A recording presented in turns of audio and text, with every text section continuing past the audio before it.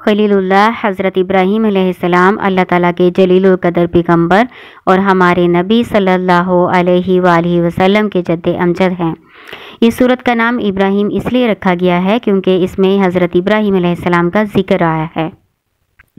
जिस वक्त ये सूरह मुबारक नाज़िल हुई उस वक्त मक्का में मुसलमानों पर जुल्म व सितम इंतहा को पहुंच चुका था और पिछली काफिर कौमों की तरह अहले मक्का मुसलमानों को मक्का से निकालने पर तुले हुए थे।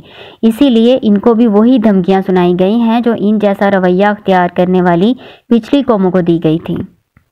और अहले ईमान को तसल्ली दी गई है कि हम ज़रूर इन जालिमों को ख़त्म करेंगे और तुम ही को इस सरज़मीन में दोबारा आबाद करेंगे।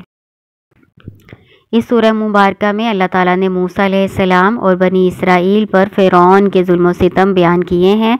मौत के बाद आलम बरज़ख और आखिरत के अज़ाब व सवाब को भी मिसालों से वाज़े किया है। और इब्राहीम अलैहिस्सलाम की दुआओं का जिक्र भी है। इब्राहीम अलैहिस्सलाम ने अपने बेटे इस्माईल अलैहिस्सलाम को उनकी वालदा हाजरा के साथ हिजाज़ में आबाद किया और जो दुआ की वो भी इसमें मज़कूर है।